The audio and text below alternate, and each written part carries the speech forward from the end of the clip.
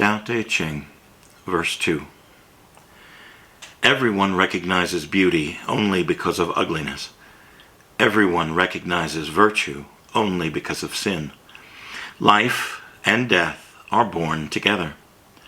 Difficult and easy, long and short, high and low. All of these exist together. Sound and silence blend as one. Before and after arrive as one. The sage acts without action and teaches without talking. All things flourish around him, and he does not refuse any one of them. He gives, but not to receive. He works, but not for reward. He completes, but not for results. He does nothing for himself in this passing world, so nothing he does ever passes. Greetings from the top of the world. Up here in Estes Park, Colorado, there's currently a light dusting of snow on the ground, and the temperature is in the high 20s. It is glorious. It is amazing. It is soul rejuvenating on a daily basis. Welcome. I'm glad you're here. My friend, who I spoke of in the last vlog podcast, is cancer-free and living and thriving. He has to take a look and take care of what he does from now on, obviously. But the test results came back, and he is, as of this moment, as of this recording, cancer-free. And I am grateful that I get a little more time with him. The conversations we get to have, the moments we get to share. I love him dearly. I value the teachings that he puts to me every single time we chat. I learn from his life, and in turn, he is learning from mine. My friend is cancer-free. I wanted to discuss something briefly today, something that's been on my mind for a couple of weeks now, and I wanted to share it with you. I have tattoos. I have several. I have the very first one that I got is on my right shoulder, and it is one that was designed at the very beginning of my marriage. It is two roses entwined into a heart, and hanging between the two roses are two faces, two masks. Not comedy and tragedy, but love and love. They have each other's back, and they form in the center of them another heart, which represented my first daughter. This was done in the living room of a friend's house. He was learning how to tattoo, and he was getting ready to open his own shop. And I volunteered to be one of his, to be one of his first customers. And we designed it together, and it was placed on my right arm. I'm not going to be showing them today. I'll talk about them. I may show them at a later date. Right now, it's a little bit much for me, even reminiscing about it and showing them off. Anyway, I'll show them another time, I promise. On my left shoulder, done all in black and white, is the Ramones logo. It's an American eagle holding a baseball bat and a bicycle chain. And he's gripping in his beak a banner that says, "Hey ho, let's go." You know what? Actually, maybe the lighting is good enough. Maybe it's okay here. This is the first. Okay. You see the masks and the roses and the one heart with the two hearts intertwined in between. This was designed and executed by Mr. John Rainey in Charlotte.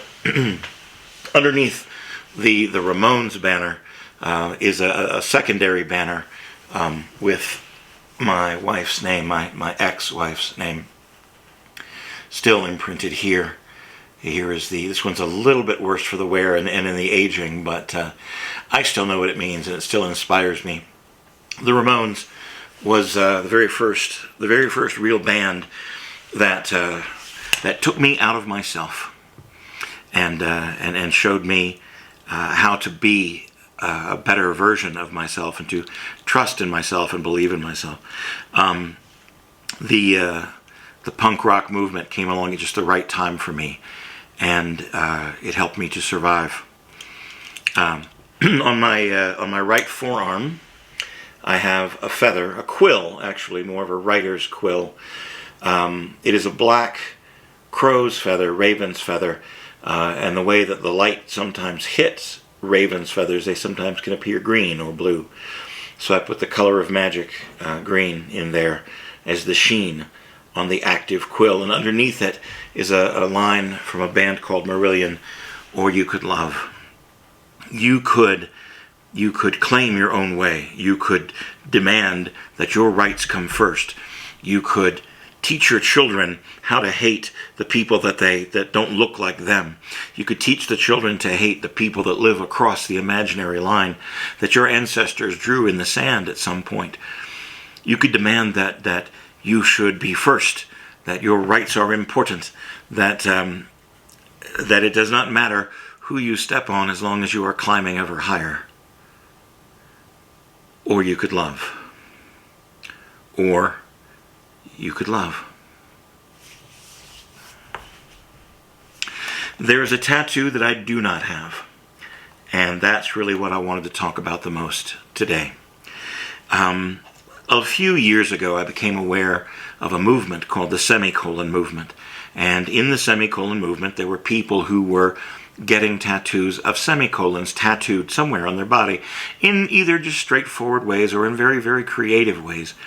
If you take a search online, you can find some very, very beautiful tattoo art where they took the basic semicolon and made it into butterflies or into mountains or ocean waves.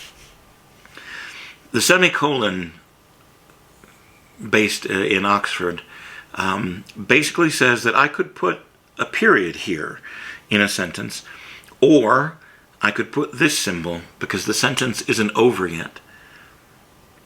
And the semicolon is a sign that you have contemplated ending your sentence. As the author of your life, as the one who writes your own story and decides where it's going to go, you have contemplated at some point putting a period and saying, this is where my story ends. And you decided instead to put a semicolon there because you wanted the story to go on. You want the sentence to go on a bit longer, perhaps in a completely different direction, perhaps as an echo of your life as it has been thus far. But you know that there can be improvement and there is salvation in the semicolon. And at the time, I thought, what a marvelous idea, what a great idea. And I decided I was going to get a semicolon tattoo.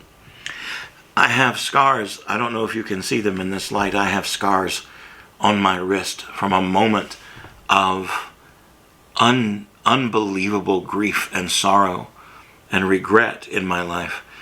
This happened around 1999. And it wasn't a serious attempt. It wasn't, like I said, it was a moment of passion where I wanted to put a period at the end of my life. But instead, I got help. A few years later, actually around 2015, about 15, 16 years after that, I reached a very, very low point in depression. Depression can present itself in a couple of different ways. It can be intense sadness, or it could actually be the feeling of feeling nothing, and the burden sometimes of feeling nothing as your entire world is falling down around you can make you want to end that sentence as well. I had some friends who intervened, kept me from hurting myself, checked me into a hospital where I got the help that I needed. And there's no shame in any of that from either direction. I got the help I needed, and I am still here today because my friends saved my life. And so I contemplated getting a semicolon tattoo. And I even went so far as to make the appointment. And the morning that I decided I was going to get it, not the appointed time, but the morning I decided I was going to get it, I thought, well, let me draw one on myself. let me see how I like it. Let's see what kind of conversations it sparks. Let's see if it disturbs anyone or makes anyone uncomfortable, because that's never something that I want to do, especially in that my job is to entertain people, to bring them up out of things. So I drew a semicolon on my wrist as to that's where I wanted to have it done. And in a couple of days it had faded, so I filled it in again. And it occurred to me, like all the other tattoos that I have gotten on my body, they mean things. They're very, very, very meaningful to me, but they've just become a part of me. I made the decision, I had it done, and I live with it now.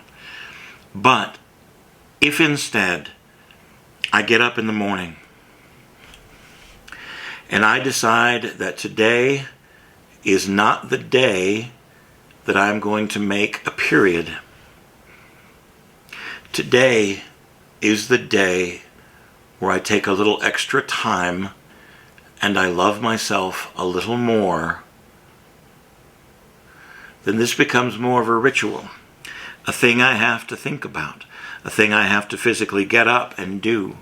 I have to take the pen in my hand, decide that for all the world to see, I have decided today that I'm going to live.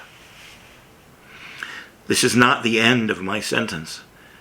This is simply a pause while I look for the next journey, while I look for the next path to take. And in a very, very real way, my drawn-on tattoo means more to me, has more depth in my soul than something that I would have had permanently put onto my skin. I have to make the conscious effort every day to make this mark on my body. I wake up in the mornings now, and I look out the window at the mountains and at the trees and the very blue sky and the snow. And the very first thing I do is express gratitude outward outside of me. And then I turn that gratitude into myself, in towards myself, and I thank me for not giving up. I'm proud of me for not giving up. I'm proud of me for all the horrible, awful, terrible things and mistakes that I made, and the way that I hurt other people in the past. I have done my best to make it up to them, to say I'm sorry, to ask for forgiveness. And some do, and some don't. But I'm thankful that I do it. I'm thankful that I have another day to wake up to. I'm thankful that I am able to fill my lungs and feel my heart beating in my chest. I started walking, which is something I never thought I'd do because I didn't like it at all. But I started walking. I walk around the block. Around the block for my neighborhood is about a mile, maybe a little bit more. And it's on some steep hills. I live in the mountains. And it has worn me out on more than one occasion, but the beauty of this place and the inspiration that I get and some of the videos and pictures that I'm able to take while I'm out make the walk worth it. And it purifies my mind, and it gets my blood flowing, and it's made a wonderful improvement on the way I feel inside. It's a semicolon. It's not a period.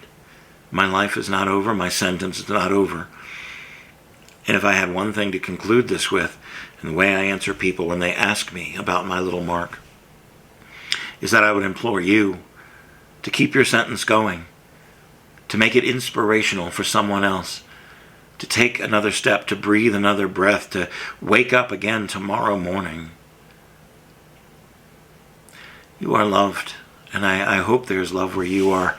I'm not making that the very last thing that I say today. The very last thing I'd like to say today is, don't end your sentence. Don't put the period without adding the comma underneath. The journey is long, and it's full of joy, and it's full of pain. But you can make it, and you can write an amazing story that'll be told well beyond your own years. Life is short enough. The end will take care of itself in one way or another. But for right now, take a pause, take a breath, keep writing. Thanks for listening. Fuck cancer.